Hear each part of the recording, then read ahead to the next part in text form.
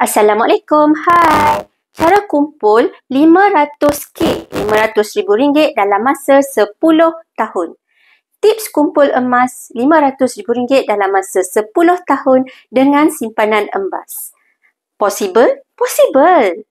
Langkah pertama, anda perlu daftar sebagai ahli public gold secara percuma. Langkah kedua, simpan sebanyak RM2,700 secara konsisten setiap bulan selama 10 tahun dalam akaun emas GAP. Cukup 10 tahun, anda akan ada sekitar 700 gram emas dalam simpanan. Banyak. Harga emas hari ini sekitar RM452 per gram. Bermakna emas 700 gram hari ini berharga sekitar RM316,000. Sejarah harga emas 20 tahun telah menunjukkan kenaikan harga emas secara purata adalah 10% setahun. Banyak tu. Cuba buat kira-kira tengok.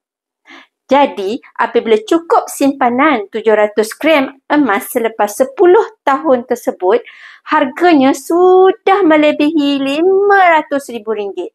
Anda ada pilihan untuk keluarkan dalam pelbagai saiz gold bar ataupun dinar bergantung kepada matlamat simpanan anda. Apa yang anda boleh buat dengan simpanan sebanyak ini? Banyak, 700 gram kan? Anda boleh membeli rumah tanpa hutang.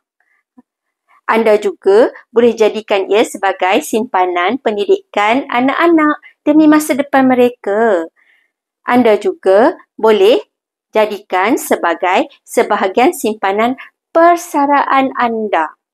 Ataupun anda juga boleh jadikan ia sebagai modal untuk perniagaan yang boleh memberikan pendapatan pasif untuk anda.